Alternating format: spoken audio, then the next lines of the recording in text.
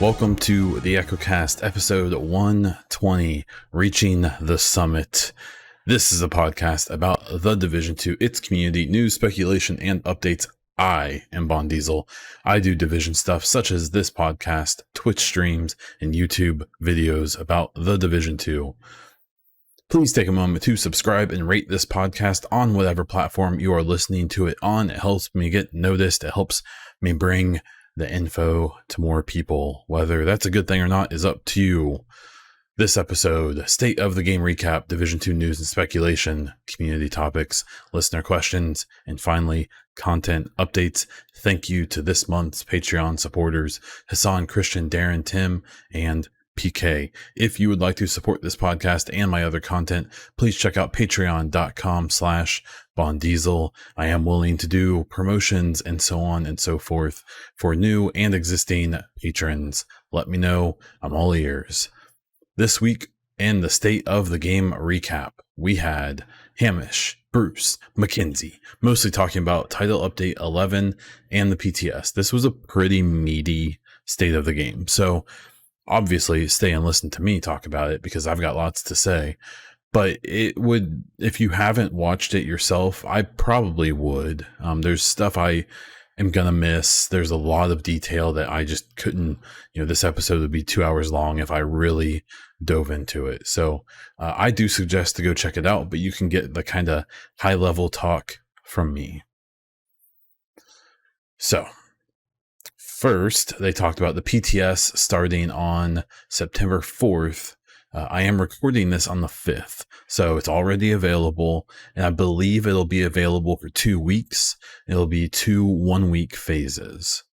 It's going to include all of the new gear, guns, and the summit mode in its entirety, and there will be PvP changes in phase 2 of the PTS. Okay, so first they went into a bunch of detail about the summit. That's the skyscraper mode that we've been aware of for a while, kind of on accident.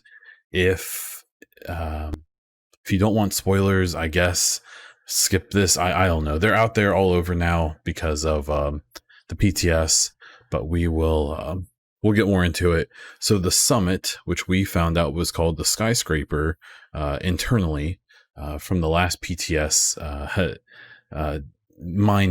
data mining that was done. It's a 100-story building that you will clear it. That's the whole idea. So every, I believe, 10 floors, there's a checkpoint. And each time you pass a checkpoint, the difficulty increases. The bottom floors are normal and the final floors are legendary difficulty. You can load back to these checkpoints so you don't have to do the entire building all at once. You can also, after you complete the whole thing, skip to these higher floors to jump right into a challenge, because not everyone wants to do 20 or 30 floors of enemies that you can kill almost instantly. So they did clarify that the floors, each floor isn't procedurally generated. It is set. So the third floor will always look like the third floor. But the enemies, the archetypes, and the spawns, as well as some directives could be going, will all be random. So that should be a different experience basically every time you jump in. They did make it aware that this DLC is only available to people with Warlords of New York. So keep that in mind, and we can talk about that in a moment. The summit is designed to play with a group, as most activities are, but they did clarify that it can be played solo. It's designed to scale, which is good, but they did say it will be like really, really hard for most solo players. So they also confirmed that rogue agents will spawn as they do in the open world, control points, things like that. But when asked about the hunters, Bruce just smiled. We'll talk more about that in a little bit. They also talked about season 3. It will coincide with the release of TU11, and they showed off a new mod for the trap skill called the shrapnel trap. So basically, it's going to be, it's kind of interesting. It sounds like it's an area denial skill. So you'll throw the trap, it'll shoot out all these explosives now. So if people run through it, it's like a minefield. But then they also pointed out that if you throw this thing when the charges all spread from the trap, if there's an enemy there, they will stick to them. So in theory, you could also sticky them with a couple of these shrapnel traps and hurt them pretty severely. So that's going to be the final reward for TU11 or for season 3. So don't expect to see that for a few months. They showed a bunch of new gear and guns. They showed off a new gear set for called the Hunter's Fury gear set. It appears to be a shotgun and SMG set with a focus on fast-paced close-in gameplay. They show off a new pistol called the Card 4045. This is actually a Ghost Recon Future Soldier gun, and there's a named variant of it that will give you a +1 skill tier. They showed off a new shotgun called the 612. It appears to be a bullpup shotty with a 6-round magazine. They showed off a new exotic SMG called the Backfire, and it stacks a ton of damage as you use it, but it applies a bleed to you when you reload it, which can kill you. But then they pointed out that obviously there's going to be ways to make a build just for this gun that will kind of take advantage without killing you every time. They showed off a new exotic backpack called the Memento. It has a couple hunter axes attached to it and some shade watches. The art that they used to show it off also had a hunter's mask by it. So this must be a hunter's backpack or something related to them.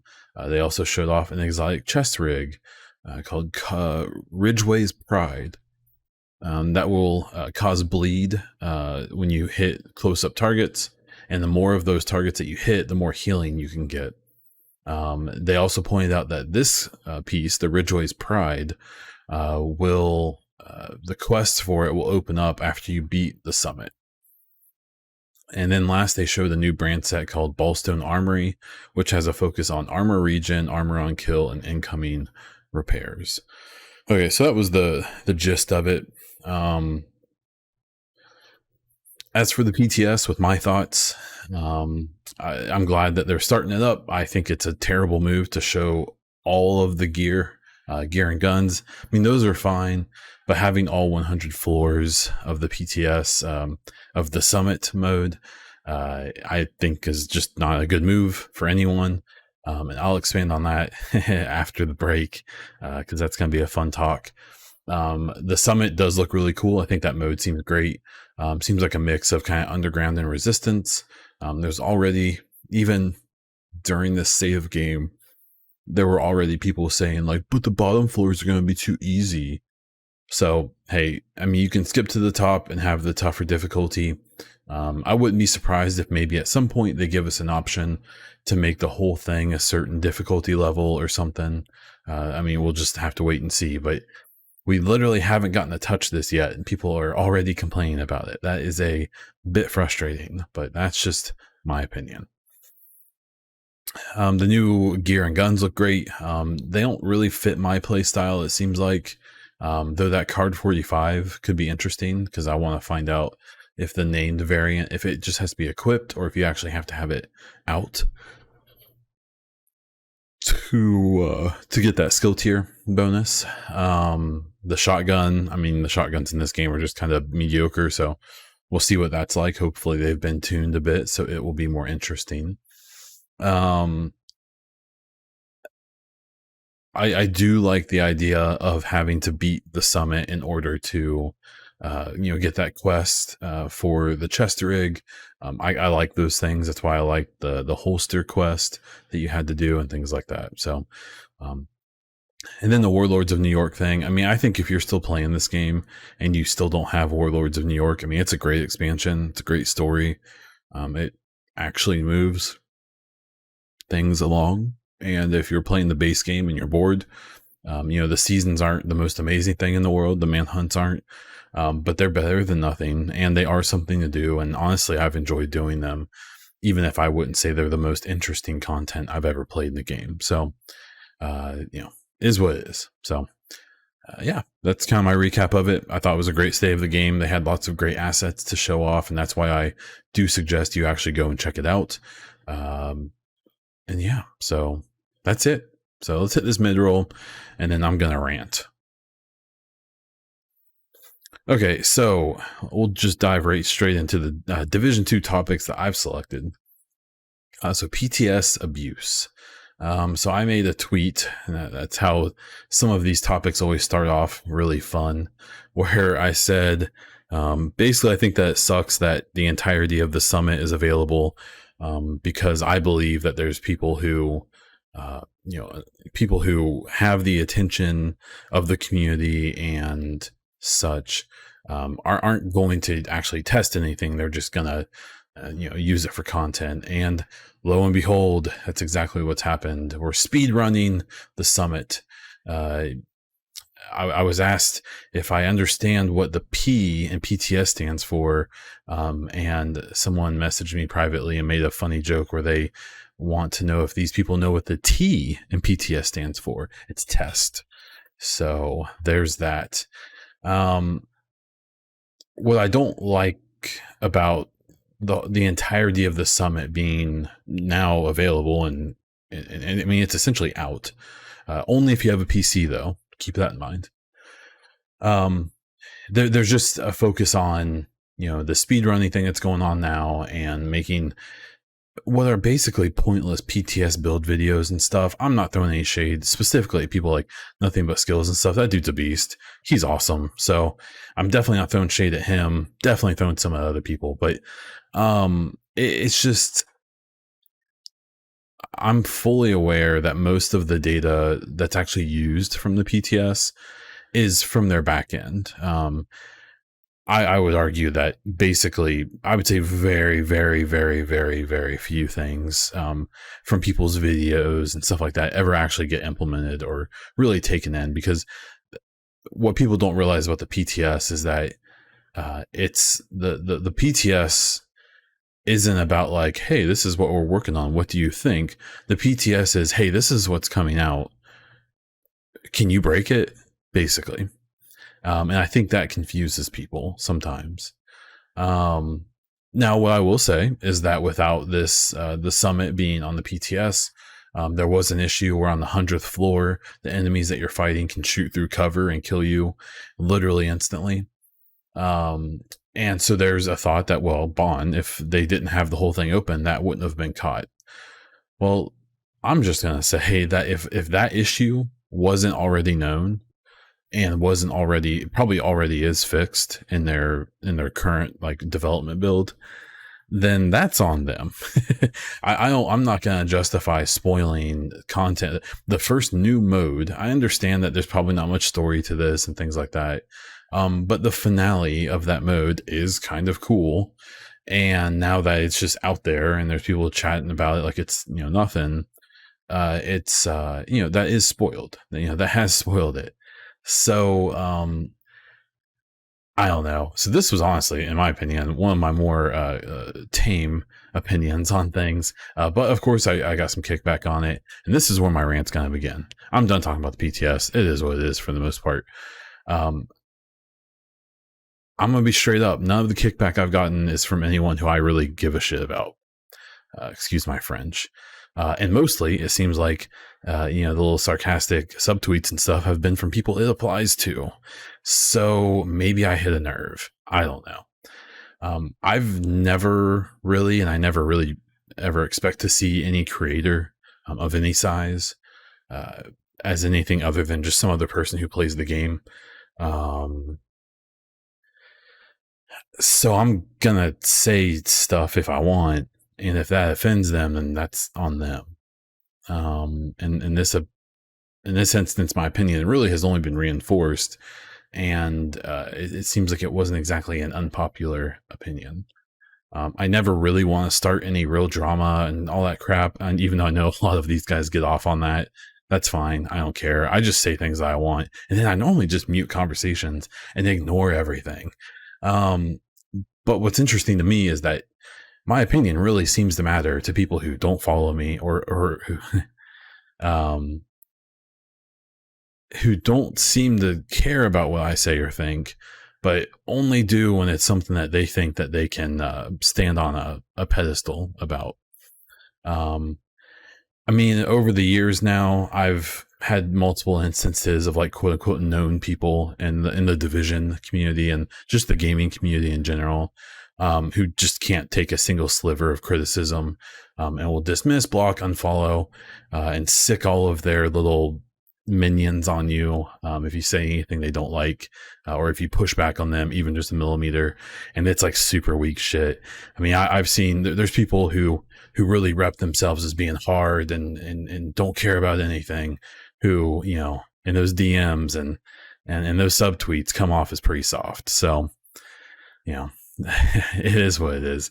This stuff is my hobby, doing this, you know, the streaming and the podcast, and it's my hobby. It's my fun.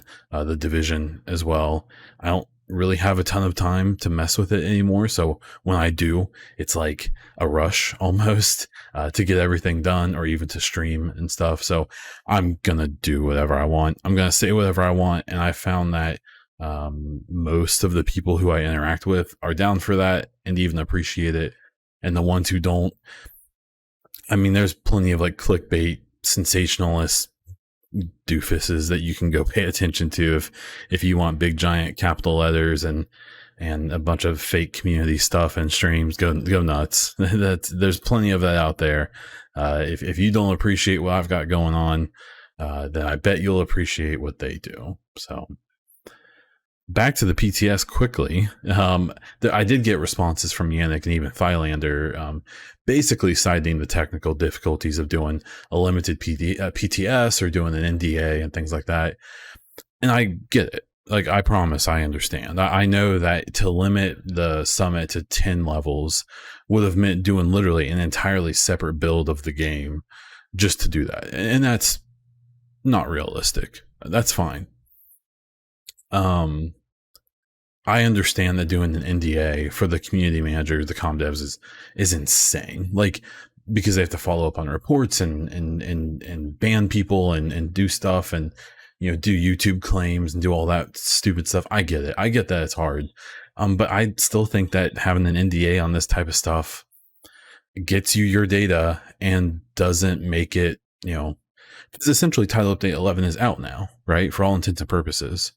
And, you know, and I've already seen it's being used for quote unquote content to say that title update 11 is going to ruin the division. This piece is going to ruin the division. This piece is OP. You're going to need to get it first day. Like, you know, it's just,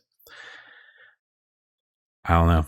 I don't think it's good for the game. I think it's even worse for the community, but what do I know? I'm just a positively toxic dude that doesn't know anything. I mean, I'm not smart enough or really creative enough to know how they can test this stuff without being abused and causing trouble to the devs, but I wish I was. And that's that. The other topic here is talking about Ubisoft Forward. I've seen some people getting kind of excited for what they've kind of teased Division 2 information with this Ubisoft Forward. If you'll remember, famously during the last one, they talked about the Ducks and the Division 2, which they had actually talked about a year before. So that pissed a few people off, which I don't really blame them. It was kind of lame. So what I'm going to say is that they've said that the Division 2 announcements are during the pre-show. So this isn't even a featured thing. They aren't even going to show it in like the main show. So it's not going to be anything big for Division 2. We're not talking about a Division 3 announcement or something. So I would expect a trailer for the summit, maybe a little walkthrough, maybe like a season 3 trailer. But this isn't going to be something ridiculous. I wouldn't expect it. So please, for the love of all that's good, don't get your hopes up. Don't start freaking out and hoping that it's going to be something crazy. It's probably not. Just to be straight up. I hope I'm wrong. Okay, with community topics, this was really just kind of a few fun things I saw. The agent fall guy. So someone on the on the uh, subreddit made a fall guy that had all the agent gear, and it was so funny. I actually tweeted it out and appropriately credited the person, as you should. Um, and it got a lot of response. And to the point where even I think it was Bruce from the team posted a response to it and said something along the lines of, he kind of played off of the Fall Guys thing, and he said, when society falls, he does too. It cracked me up. So make sure to check that out. That was really funny. It cracked me up. That stuff kind of makes me happy. It yeah, it was good. It was actually really, really good. So if you're on the subreddit, make sure to go and give that little update as well. Another thing that was talked about a lot this week was how Division 1 is available in a couple ways. So if you're on PC, it's free right now. You can just download it. And if you didn't play Division 1, but you have played 2 and you enjoy it, you should go check it out. I would honestly say that I think Division 2 just plays as a better game in general. I think there's a lot of quality of life stuff they added to Division 2 that, even just like the open world. With Division 1, once you beat the game, you'll find that the open world is just a bunch of red mobs and a few named enemies, and it's really bland. There's not much to do. But the Division 1 story is absolutely worth playing through. The DLCs are worth checking out at the very least. The side missions and stuff, the intel, if you care about the story of this game and the lore, definitely worth checking out. Yeah, there's definitely a lot to it. I would highly suggest going for and checking out. So you can get that on PC, or if you have Xbox Games with Gold, you can download it as well. So I highly suggest it. It's really, really good. The final topic I saw that I felt would be good to broadcast is that if you're doing the leagues right now in season 2, for the final one here, the Lincoln Memorial mission does not end until you go up the elevator and go out. So if you're one of these goofballs who's going in there and speedrunning that mission, but then getting your loot at the end and looking at it while the rest of your team is shooting at you from the elevator, it's because you haven't finished the mission yet. I actually think I only got tier 9 on that because we were under the time for tier 10, but some goofball on my team was out there checking his gear out after we finished the mission. So Lincoln Memorial, get into the daggone elevator. That's what I'll say for that. I had one listener question this week from M. Littler, is on Twitter. It says, the stuff we pick up, spoons, tape measures, etc., does it have a use in the game anymore? It used to be for projects. Now it seems pointless. We just sell them all. I don't know, dude. I have no idea. I keep all mine because I like to think that at some point we're still going to rebuild the castle settlement and we're going to need all of that stuff. And yeah, I know that the projects don't even use it anymore. So I don't know. I don't really know what the point of that was. There's a few things in the game like that where I just don't really know. I don't know if things hit the cutting room floor. I'm sure they did to a point.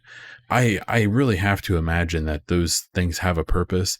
If you are going around the open world and you see a group of militia or just civilians like working on something or searching through a box, sometimes if you walk up to them and it'll say like, give a wrench, and you can give them one of the items that you pick up and they'll drop like some materials for you or something. Maybe a bounty. I can't remember exactly what they drop, but yeah, I don't know. I don't know what happened. It's kind of weird. I still think it would be really cool one day if they did like a behind the scenes of Division 1 and 2 and just talk to all the devs, talk to Garrity, Thylander, Yannick, and Hamish, all these guys, everyone in the know about like things that got cut from the first game and the second game, things that happened that we never heard about. I've actually caught a few of those stories that, I don't think I'm really at liberty to talk about, but I'm sure there's been just so many things that the people behind the scenes would probably get a kick to tell us about. Yeah, I don't know. I think it's probably one of those cut things. It's the same thing with when you finish Tidal Basin the first time, you get the samples for the antiviral, and you can give one of them to a nurse that's at the theater settlement, or a nun who's also the nun who was in the museum contaminated zone. That you can find her and talk to her, but just nothing ever comes of it. It's one of the other billion of storylines that just cuts off and doesn't exist anymore in this game, or at least as far as we know. So yeah, I don't know. If you have your own questions, I do put out a tweet every week asking for questions or topics for the show. You can also ask on Discord and in the YouTube video comments.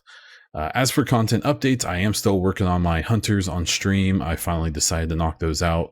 I am actually down to the last one I have left is the group of 4 for Warlords of New York, where you have to shoot the targets in the apartment complex.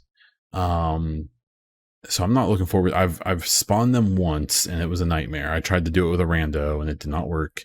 So I'm trying to find people to help me with that.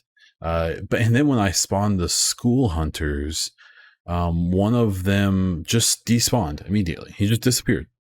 So I have the drip mask, but not I forget what the other one is, the psycho mask, because he didn't fight. He just despawned immediately. They spawned in, they both ran to cover, and then one just despawned.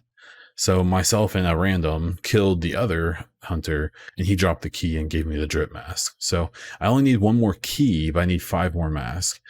So be on the lookout for that. I do plan on streaming probably tomorrow, and then Tuesday, Thursday, Saturday. Try to get back into that groove, tomorrow being Sunday. And so if I can get some help with that, if you want to be around, let me know. I am on Xbox. Yeah, so we'll see. I did throw up on the YouTube my completion of the Hornet mission. It was actually a lot of fun. I enjoyed that a lot. I had a pretty clean run. When I did the one for season 1, it was a bit rough. I had to cut out about 15 minutes of me dying because I'm too dumb to realize how that EMP works. I know now, but yeah. And then I also threw on a hardwired skill build that I use and have been kind of perfecting for the last couple months. So if you want to see how I kind of breeze my way through most content, you can check that video out on my YouTube. Just go to YouTube, search for Bond Diesel, and you will find me. And that's all I have. So I am Bond Diesel on Twitch, where I stream a few times a week. Please check out my Twitter at Bond Diesel or at the EchoCast. If you want some cool Division, the EchoCast or Bond Diesel merch, check out designbyhumans.com/shop/Bond Diesel, or just go to their website and search for me. That's all I have. So until next time.